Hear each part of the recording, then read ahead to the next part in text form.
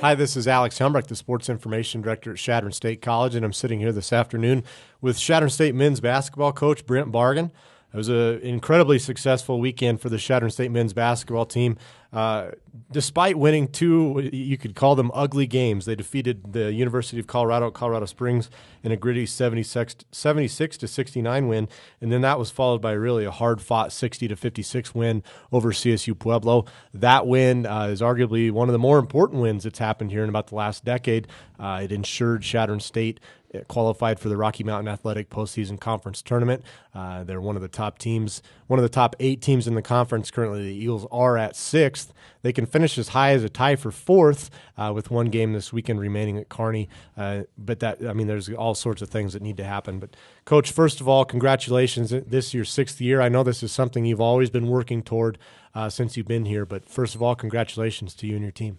Well, thanks. It is something that's been a long time coming, and it's one of those things that you just don't think is going to take quite that long. But we've had a lot of bumps in the road from day one to now, and I'm really proud of the kids that have been in the program. You look at a guy like Moala Tatua, who's been with us for 5 of the years that we've been here, and been through a lot of adversity. Kevin and Christian, those guys been here for 4 years, and I'm just really proud and happy for those 3 guys in particular to be able to endure what we've had to endure, or what they've had to endure, and be able to win 10 of our last 12 games and have us be put in a situation where we're going to make the conference tournament.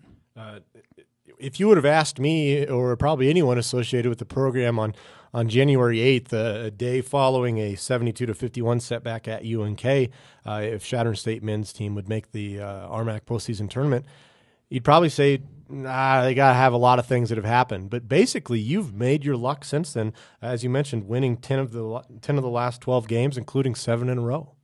Well, we were 2-11 in our first 13 games, and at the beginning of the year, I thought we lost some really close, hard-fought games. We go to Billings and lose in overtime. Mary comes home the next couple of days later and hits a 3 at the buzzer that beats us. We go to Black Hills and don't play well. They play great. The 4th game of the year, we go to UNO, and they hit a half-court shot that beats us. And so, we felt a little snake bit, I think, and we didn't play particularly well. We went to Mesa and got beat by 6, who at the time was undefeated and playing very well. So our first 5 or 6 games, I thought we played, pretty well for the most part, outside of maybe the Black Hills game, and we just couldn't get over the hump, and then we kind of hit some snags. We let that stuff bother us a little bit. We kept playing on the road, and we got into some pretty tough teams in the conference and made tough road trips, and didn't have any kind of luck there before Christmas. Made a big stand right after the Kearney game, and a lot of things happened there, and it's just been a blessing of what, God is great. He's given us some great opportunities to be able to take advantage of some things that have been laid in front of us. And, we laid out a plan after the Kearney game as to what was going to happen. And I told our kids that in the last 16 games after Christmas that we would be 11-5, and we would have to, after that, we reevaluated and said we're going to have to go basically 11-2. The rest of the year, and I think the kids were a little reluctant at first, thinking that could we really go 11-2 down the stretch, but we just took it one game at a time, which is I know a coach's cliche, but we really focused in on one day at a time, one play at a time, and just kind of focused in on our group and really started to kind of come around, and we started to win a couple of those close ones and get a couple of battles that we hadn't been winning. We kind of stuck in there and hung in there, and a lot of that has to do with our 4 seniors, and particularly those 3 seniors that have been through a lot of the goods and the bads with us. Coach, with the UCCS game, it's probably one of those that you're probably not going to show at many coaches' clinics for great shooting. For about the first 10 to 15 minutes of the first half, the Eagles were unable to get into double digits. You finally did. You ended the first half on a nice run. UCCS led, though, 27-25. And then you opened the second half, I believe, on a 16-2 run, something to that effect, in the first 5 minutes. So it's just one of those things that shows you the difference between a good team who's playing well and a good team who just kind of gets things going. And in the second half, you just kind of your shots were falling for whatever reason, and you got the right things in. Well, I think part of that was turnovers. We didn't take very good care of the ball in the first half, and we obviously didn't shoot very well in the first half. And we just said patience and persistence. It's kind of the mantra of the program at the moment is, keep battling and keep fighting and keep doing what needs to be done and keep doing things right, and good things are going to happen for you. We didn't play particularly well, shot 14% and only went to the line 6 times in the first half. 14% from the three, and only went to the free throw line 6 times. We just said if we're playing this poorly and we're in the game, we've just got to keep plugging. Things are going to happen for us. And traditionally, we're a program that usually plays a little bit better in the second half than the first half, and we doubled our output. We only scored 25 in the first half and came out in the second half and scored 51, and I thought we did a much better job offensively of, taking advantage of some things, pushing tempo and creating a little tempo, creating some easy shots, and I was really proud of our kids for sticking with the game plan. As you mentioned earlier, your 4 seniors have kind of been spearheading this charge that you guys have been on as of late, and that was certainly the case on Friday against UCCS. Chris Curtis finished with 21 points. It was his 3rd game in a row over 20. Moala Tatua and Christian McGee both finished with 13, and then Kevin McCollin has 12. Well, and like I said, in the past, we haven't been able to get enough seniors. We've had 1 or 2. We haven't had any seniors with us that have been with us this long, and that dates back to, before I was in charge of the program. So the fact that we've had 3 kids be with the program for 4 full years doesn't happen very often here, and I think that's a huge testament to those kids and their perseverance and their toughness and their the relationship that we have, that they trust and believe in us enough that they're going to hang and stick it out and have enough character to be able to do those things. And in the past, we've had younger teams, and those younger teams have really struggled down the stretch because it is a very long season. And now these guys are a little bit more seasoned. They don't get too worked up about things. They're not too emotional about too many things, except for maybe one of those seniors. The rest of those guys are pretty low-key and pretty even keel, and that really helps our team stay balanced, and we don't get too excited, good or bad, about too many things. And that's really helped us, where when you have a younger team, sometimes the emotion is going to fluctuate more. You're going to have lower lows and higher highs. And so far, our kids have done a good job of trying to stay in that medium. And then that was followed by a 60-56 victory over Colorado State University Pueblo. And for those fans who are probably following the live stats or looking at the updates on Twitter, they look at the score at the end of the first half and see that CSC leads 17-15. They might have thought that the 2 schools were playing a winner football game, but the 2 schools picked it up in the second half. Chadron State outscored Pueblo 43-41. But, Coach, it was really one of those games that could have gone either way, and it really felt like a playoff-type atmosphere in the gym. Well, it was. There's, I think our biggest lead was 12 points, and their biggest lead was 2 points, and that was basically the first play of the game. They scored. Their only lead was 2 points with about the first 30 seconds of the game. That was their biggest lead, and it was back and forth. I thought the energy in the arena was a great environment. We had some people on campus doing some things. Dr. Waldo was in charge of marketing with his marketing class, and they did a great job of trying to get things out to the kids on campus and to the community, of really generating some energy in the building. And it was like a playoff atmosphere. It was a real grind. It was a very physical game. It was back and forth. We were able to, due to how the game was officiated, was able to be a physical game. And, we had a tip in at the buzzer to get 17 points. And like you just mentioned in the Springs game, I think we had 16 or 18 points in the first 5 minutes of one half. So it was just one of those defensive battles, and it was a real grind. It wasn't the prettiest of games, but sometimes when you get into late game situations, late season situations, as far as everybody knows each other, there aren't a lot of secrets, and you're going to guard certain things, and you got to make some adjustments and changes, and it does get to be a grind, and that's basically what it was. And I kept telling our kids in both of those games, especially the Pueblo game, is, hey, if we're not going to score, we can't let them score. We've got to continue to defend, and we only gave up 15 points in a half.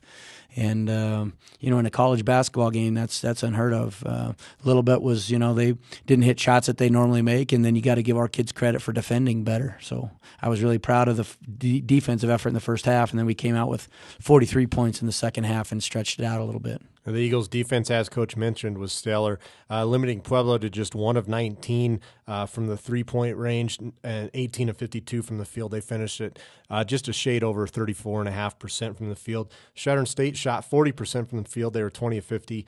Didn't shoot very well from three-point range, 2 of 15. 2 of those shots, though, came from Christian McGee, and they were both pretty important three-pointers at the time when he hit them, and just received contributions from basically everyone who played.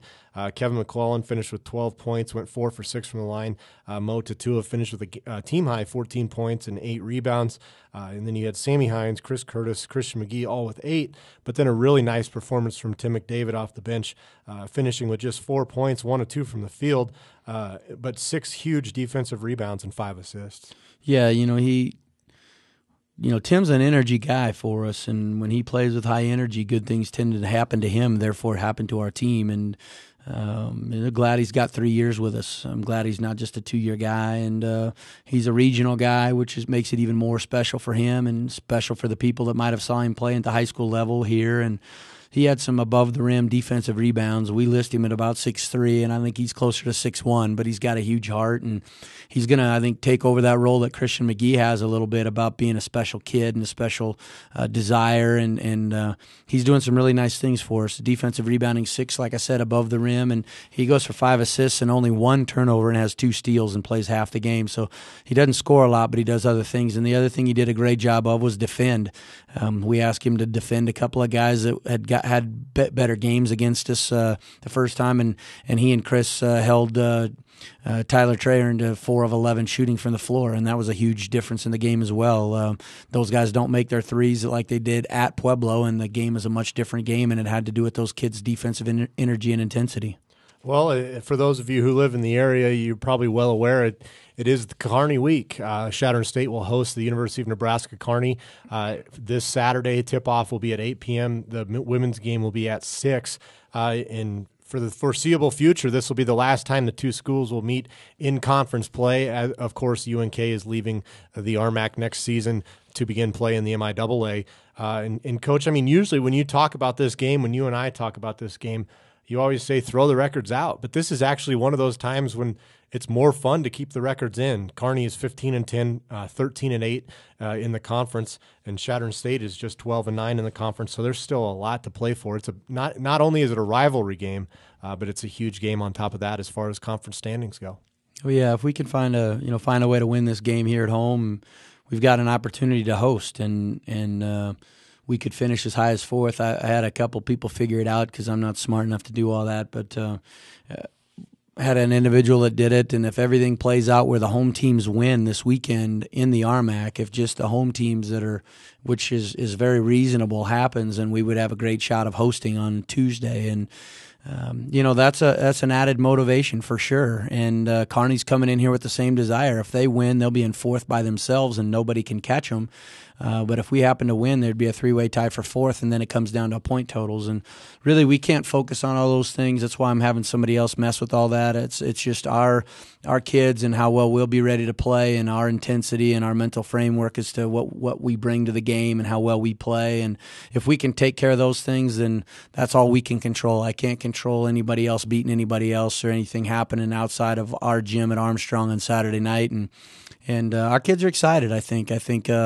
They're ready to play. They're going to be ready to go. I know that Kearney always plays well here because it is a great atmosphere, and it should be a great college basketball game. Oh, it's interesting just looking purely at the stats. The two teams are really almost identical with what they allow their opponents. Kearney is allowing their opponents 71 points per game. Chadron is allowing their opponents 72. So just looking at that, it's going to be a close game if everything plays to its averages. UNK, of course, will be without the services of its leading scorer, Mike Dentlinger, who suffered a knee injury a couple weeks ago, but the Lopers will always be ready to go. Well, they've been winning. Mike is a kid that we recruited and think very highly of, both he and his family, and the coaches over there do an unbelievable job, and they've won 3 of their last 4 games without him. And so, the fact that he's not there is a big blow for them, but they're still winning games. And so to say that they're not going to be any good in the conference, like I said, their conference games, they've won 3 of their last 4 without Mike. And so